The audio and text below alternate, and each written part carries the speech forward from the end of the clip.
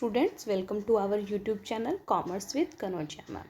तो स्टूडेंट्स आज का जो हमारा टॉपिक है वो है अर्निंग कैपेसिटी मेथड। हम चैप्टर कर रहे हैं valuation of shares, corporate accounting का सेकंड चैप्टर जो है वैल्यूएशन ऑफ शेयर्स। तो ये जो वीडियो है ये है वीडियो नंबर 4। 3 वीडियो हमारी प्रीवियस आ चुकी हैं, ये है हमारी 4th video valuation of shares chapter पर। और ये जो हमारा मेथड है ये 3rd मेथड है शेयर्स को वैल्यूएट करने का। तो चलिए students without getting let let's start today's topic. देखिए earning capacity method.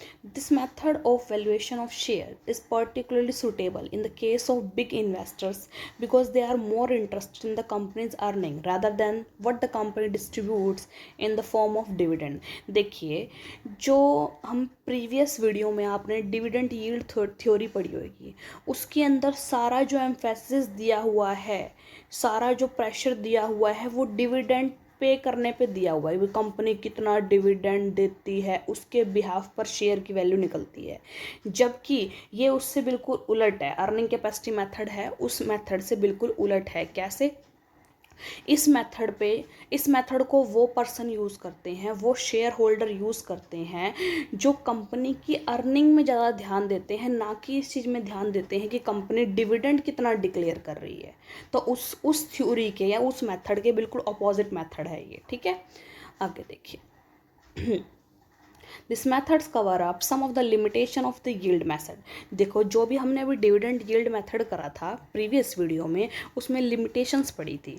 तो जो उसकी लिमिटेशन थी वो सारी लिमिटेशंस ये जो मेथड है वो कवर अप करता है। ठीक है, this method assume that the company will continue to operate its business in near future. ये मान के चलता है कि जो कंपनी ऑपरेट करेगी इस बिजनेस को नियर फ्यूचर तक, मतलब ये आगे भाई नियर फ्यूचर तक चलाएगी कंपनी से।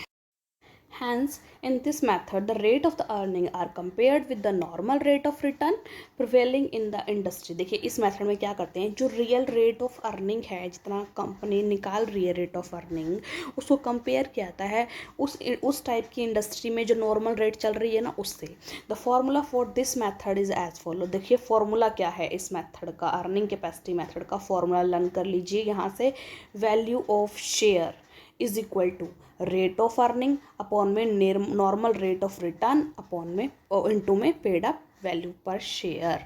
ठीक है, रेट ऑफ अर्निंग जो आप निकालोगे क्वेश्चन में से निकालोगे, और नॉर्मल रेट ऑफ रिटर्न जो आपको क्वेश्चन में गिवन होगा, और paid up value per share से उसको मल्टीप्लाई कर दोगे तो आपकी वैल्यू ऑफ शेयर आ जाएगी। ठीक है, आगे देखिए रेट ऑफ अर्निंग।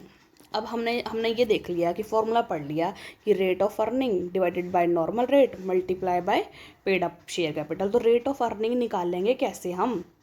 तो रेट ऑफ अर्निंग निकालने का भी फॉर्मूला है, क्या है? Estimated future earning. कि जो एस्टिमेटेड भाई हमारे को फ्यूचर अर्निंग क्या होगी अपॉन में कैपिटल एम्प्लॉयड मल्टीप्लाई बाय 100। ये फॉर्मूला और याद कर लीजिएगा आप। ठीक है, कि जो रेट ऑफ अर्निंग है उसको निकालने का फॉर्मूला क्या है। ठीक है, नेक्स्ट एस्टिमेटेड फ्यूचर अर्निंग। अब देखो ये फॉर्मूला इसी से बना हुआ है, तो एस्टिमेटेड फ्यूचर अर्निंग कैसे निकालनी है, कैपिटल एम्प्लॉयड कैसे निकालना है, इसके बारे में हम पढ़ेंगे। तो जब हम एस्टिमेटेड फ्यूचर अर्निंग निकालेंगे तो कुछ बातें हमें ध्यान में रखनी है। ऐसे ही कैपिटल एम्प्लॉयड जब निकालेंगे कुछ बातें हमें ध्यान में रखनी है। तो वो कौन कौन सी बातें हैं हम देखते हैं यहाँ पर।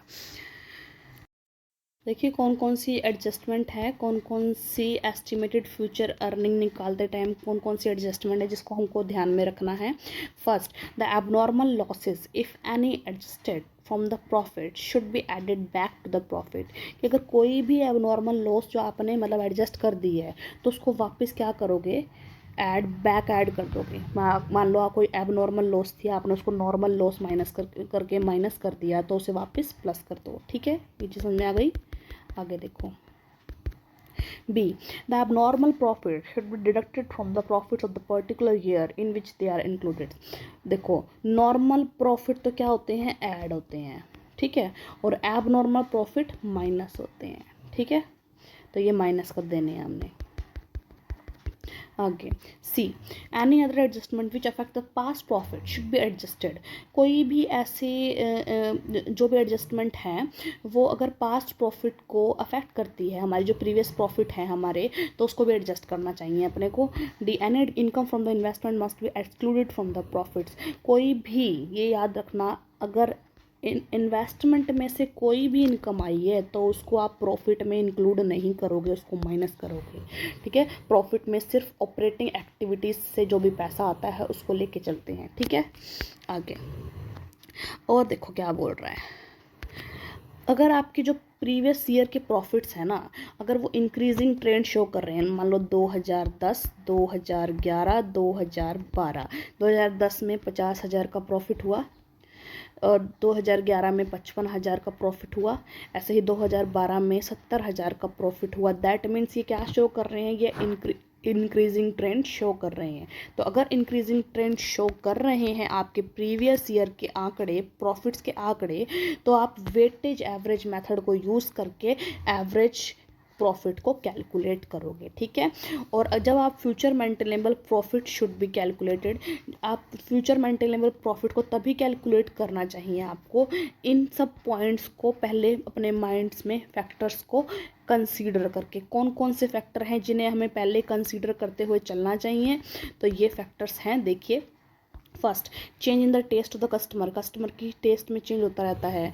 मैनेजमेंट में कंपनी की, change in the business structure, change in the government policy, इन सब चीज़, ये फैक्टर्स हैं जो बहुत ज़्यादा अफेक्ट करते हैं हमारे प्रॉफिट स्ट्रक्चर को। तो ये चीज़ को हमें, इन फैक्टर्स को बहुत ध्यान में लेके चलना है। ठीक है, आगे देखिए। After computing the average profit of as above, tax is deducted according to the latest tax provision and the interest on debenture is then added back to the profits। देखो क्या बोलता है ये, हमने निकाल लिया प्रॉफिट, निकाल लिया एवरेज प्रॉफिट कि हमारा प्रॉफिट ये आ गया। मान लो हमारा प्रॉफिट आया 1 लाख का। ठीक है, तो अब हमें ये पता है कि टैक्स लगेगा। टैक्स जो लगता है ना, वो डिबेंचर पर इंटरेस्ट निकाल के ना फिर उसके ऊपर लगता है। तो इंटरेस्ट ऑन डिबेंचर है मान लो 10,000। ठीक है, तो 90,000 आ गया। ठीक है, तो 90,000 पर टैक्स लग गया, मान लो 50% की रेट से लग रहा है, तो 45,000 रुपये क्या आ गया हमारा, टैक्स आ गया कट के। तो हमें 90,000 में से माइनस करके क्या बचा, 45,000 बचा। ये देखिए, हमने वही कर लिया था, तो काट के कितना बचा था, 45,000 बचा था।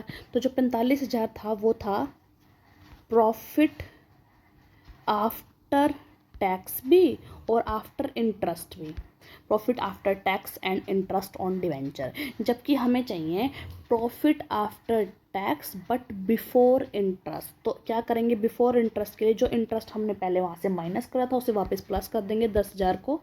जो 1 लाख में से 10,000 इंटरेस्ट माइनस करा था, जो 90,000 हुआ था ना हमारा, तो उसी 10,000 को हम वापस ऐड बैक कर देंगे। क्या है, 55,000 हो जाएगा हमारा। क्या आएगा वो, प्रॉफिट आफ्टर, तो टैक्स तो हमने लगा दिया टैक्स के बाद, बट बिफोर इंटरेस्ट से पहले। ठीक है, आगे देखिए। कैपिटल एम्प्लॉयड, यहाँ हमने पढ़ा ऊपर एस्टिमेटेड फ्यूचर अर्निंग कैसे निकालनी है, उसकी एडजस्टमेंट कैसे करनी है। अब ये कैपिटल एम्प्लॉयड कैसे निकालने हैं, क्योंकि ये हमारे फॉर्मूला में है ना। तो देखो, capital employed, the capital employed is calculated by taking the asset at the market value and then deducting the current liability from the total of assets. आपने क्या करना है, एसेट्स को मार्केट वैल्यू पे लेना है और उसमें से current liability from the total assets में, टोटल एसेट में से आपको निकाल देनी है, माइनस कर देनी है, तो आपका कैपिटल एम्प्लॉयड आ जाएगा। लेकिन ये ध्यान में रख के चलना है, क्या कौन सी है, the points considered while calculating the value of capital employed. कौन सा कम point, first, the amount of debenture और preference share is not deducted from the total of assets. देखिए, आपने इससे पहले नेट एसेट मेथड किया होगा, फर्स्ट मेथड जो हमारी सेकेंड वीडियो है इस चैप्टर की, नेट एसेट मेथड, उसमें भी हमने कैपिटल जो नेट एसेट निकालते हैं, तो नेट एसेट के अंदर हम डिबेंचर्स को भी माइनस करते हैं, प्रेफरेंस शेयर्स को भी माइनस करते हैं, लेकिन इसके अंदर जब हम कैपिटल एम्प्लॉयड निकाल रहे हैं तो हम ना डिबेंचर को माइनस करेंगे, डिबेंचर और जो प्रेफरेंस शेयर जो लाइबिलिटी साइड में दिए होते हैं उनको माइनस नहीं करेंगे। ठीक है। बी, गुडविल को हम लेके चलेंगे एसेट के अंदर। ठीक है, मान के चलेंगे कि गुडविल हमारी जो अगर गुडविल दे रखी है हमारी एसेट साइड में तो एसेट को गुडविल को लेके चलेंगे। C, investment outside the business are not included in the value of assets, कि अगर कोई भी इन्वेस्टमेंट करी है हमने बिजनेस के बाहर तो वो हमारी एसेट में नहीं आएगी। ठीक है, तो यानी इन्वेस्टमेंट जो भी है हमारी वो हम वैल्यू ऑफ एसेट यानी कैपिटल एम्प्लॉयड निकालते टाइम उसको एसेट के अंदर ऐड नहीं करेंगे, उसको हटा के चलेंगे। Similarly the interest on investment is not included in the profit while calculating estimated earning. और जब हमने पीछे अभी जो इससे पहले ऊपर करा है अभी एस्टिमेटेड अर्निंग, उसमें हमने ये बताया था ना कि जो इंटरेस्ट ऑन इन्वेस्टमेंट है उसको प्रॉफिट में नहीं लेके चलेंगे, उसको प्रॉफिट में से माइनस करना है, सिर्फ ऑपरेटिंग एक्टिविटीज़ की जो भी से प्रॉफिट आएगा उसी को ऐड करना है। तो ऐसे ही जो एसेट के अंदर है उसको क्या उसमें क्या नहीं लेना है, हमने इन्वेस्टमेंट नहीं लेनी है। ये आगे जो क्वेश्चन करेंगे ना आपको समझ में आ जाए क्या नहीं लेना है क्या लेना है। ठीक है।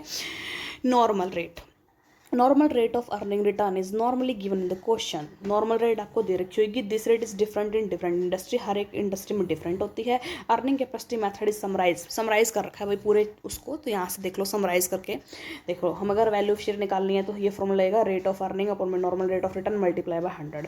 फिर उसके बाद रेट ऑफ अर्निंग कैसे निकालेंगे, रेट ऑफ निकालेंगे प्रॉफिट अर्न इंटू में कैपिटल एम्प्लॉयड मल्टीप्लाई बाय 100। ठीक है, अब देखो प्रॉफिट अर्न कैसे निकलेगा, ये प्रॉफिट अर्न ये वाला। ठीक है, कैसे निकलेगा, profit after tax but before interest on debenture and preference dividend, यही निकालना है।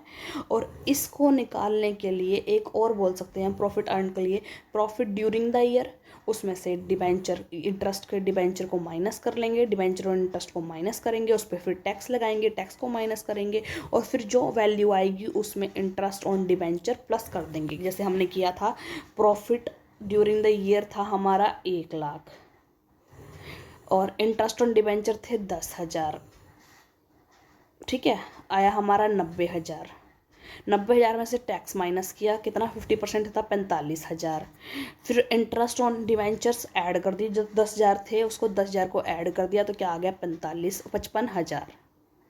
समझ में आ गया था ना, यही समझाया था मैंने आपको पहले।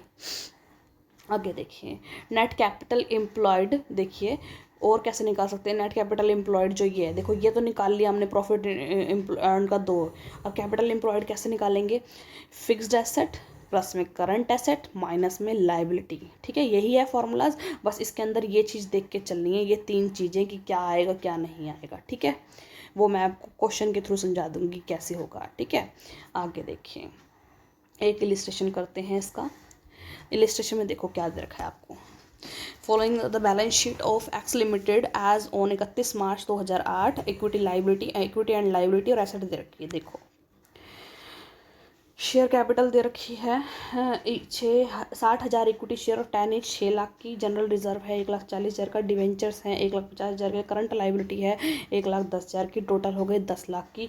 एसेट है जिसमें गुडविल भी इंक्लूड है 10 लाख की हो गई, बस सिर्फ एसेट 10 लाख की ही है, 10 लाख यहाँ गया। अब देखो नीचे क्या रखा है, बोल रखा है, हमने बात की थी ना कि जो एसेट को है हम मार्केट वैल्यू पे लेके चलेंगे, तो the market value of the half of the asset, मतलब एसेट की हाफ करो, उसको 20% हायर हो गई है तो हाफ को 20% से हायर करके उसको ऐड कर देंगे। ठीक है, the company earn the profit of the profit कितना हो गया 3,60,000 per annum after interest on debenture but before tax, यानी डिबेंचर तो इंटरेस्ट जो है डिबेंचर का उसको माइनस कर रखा है ऑलरेडी, तो सीधा हमें बस टैक्स लगाना है और फिर टैक्स के बाद जो डिबेंचर है उसको ऐड कर देना है। ठीक है, 12% नॉर्मल रेट ऑफ रिटर्न है, अज्यूम इनकम टैक्स 50% है, calculate the value of the share the company with earning capacity method. देखिए कैलकुलेशन ऑफ प्रॉफिट अर्न, सबसे पहले प्रॉफिट अर्न देखो 3,60,000 रुपये दे रखा था, क्या किसके दे रखा था, इंटरेस्ट इसमें लगा हुआ है, इंटरेस्ट ऑन डिबेंचर। ठीक है, तो हमने क्या करना है, कुछ नहीं करना, आपने फिर सीधा टैक्स लगाना है क्योंकि इंटरेस्ट तो पहले ही काटा हुआ है इसमें से, तो टैक्स काट दो। 1,83,000 हाफ कर लिया इसका, ये आ गया। अब इंटरेस्ट ऑन डिबेंचर लगा हुआ था, कटा हुआ था, तो हमें वापस ऐड ऑन करना है प्रॉफिट के अंदर। तो 1,50,000 पर 10% इंटरेस्ट ऑन डिबेंचर आ गया 15,000 का, और 1,98,000 का आ गया प्रॉफिट आफ्टर टैक्स, टैक्स लगाने के बाद, but before interest. After interest नहीं करना, बिफोर इंटरेस्ट करना है आपने, ठीक है। ये समझ में आ गया। आगे देखिए, कैपिटल एम्प्लॉयड देखिए, हमने ये बोला हुआ था कि जो एसेट है ना जो हमारी वो 10 लाख की है, इसमें से इसकी हाफ एसेट यानी 5 लाख, 10 लाख की 5 लाख 20% से बढ़ गई है, यानी 1 लाख से बढ़ गई है तो 11 लाख की हो गई। इसमें से हमने करंट लाइबिलिटी माइनस करनी है। तो करंट लाइबिलिटी क्या है, 1,10,000 की है। देखो कौन सी है करंट लाइबिलिटी, ये रही करंट लाइबिलिटी, सिर्फ यहाँ पर देखो 1,10,000 की दे रखी है, ये रही, ठीक है। ये क्योंकि हमने बोला था वो उस चीज़ में कैपिटल एम्प्लॉयड निकालते टाइम डिबेंचर्स को हम नहीं लेंगे और प्रेफरेंस शेयर्स को हम नहीं लेंगे, है ना। तो क्या आ गया हमारा, 1,10,000 माइनस करके हमारा कैपिटल एम्प्लॉयड आ गया 9,90,000। अब फॉर्मूले में पुट कर दो इसको। देखो रेट ऑफ अर्निंग का फॉर्मूला है profit earn net capital employed multiply by 100। Rate of earning निकाल लेंगे। प्रॉफिट अर्न किया है 1,98,000 पहले, अभी निकाला है अभी हमने ऊपर। नेट कैपिटल एम्प्लॉयड 9,90,000 हो गई, मल्टीप्लाई बाय 100, 20% आ गया, ठीक है।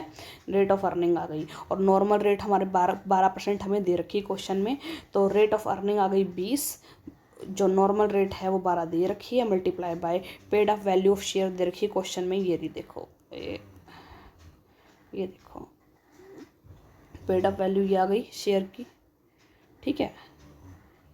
और नॉर्मल वैल्यू ये 12% दे रखी है, ये देखो दिख रही है। अब देखो, अब फॉर्मूला पुट कर दो, 20 हमने निकाल लिए, 12 दे रखी है और 10 भी दे रखी है, ठीक है। तो ये निकाल लो, फार्मूला से डाल के पुट करके निकल जाएगा आपका 20/12 मल्टीप्लाई बाय 10, 16.67 पर शेयर वैल्यू निकल गई हमारी शेयर की। एक शेयर की वैल्यू कितनी आ गई, 16 रुपये 67 पैसे, ठीक है।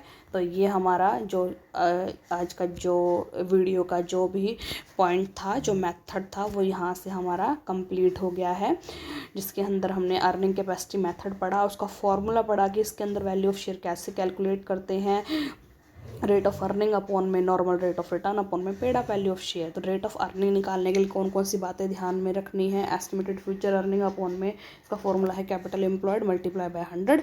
एस्टिमेटेड फ्यूचर अर्निंग निकालने के लिए क्या क्या बातें ध्यान रखनी है, और कैपिटल एम्प्लॉयड निकालने के लिए क्या क्या बातें ध्यान में रखनी है, और एक हमने क्या करा, इलिस्ट्रेशन करा। तो आई होप स्टूडेंट्स आपको यहाँ से ये टॉपिक क्लियर हो गया होगा कि रेट ऑफ अर्निंग मेथड से, अर्निंग कैपेसिटी मेथड से आपको कैसे एक इलिस्ट्रेशन को सॉल्व करना है, कैसे इस मेथड को यूज़ करना है, ठीक है स्टूडेंट्स। तो अगर वीडियो आपको समझ में आई हो, आपका कंसेप्ट क्लियर हुआ हो, तो ज़्यादा से ज़्यादा मेरी वीडियो को लाइक कीजिए, शेयर कीजिए, कमेंट्स कीजिए और सब्सक्राइब कीजिए मेरे चैनल को commerce with Kanaujia ma'am, and please press the bell icon also. Thank you students.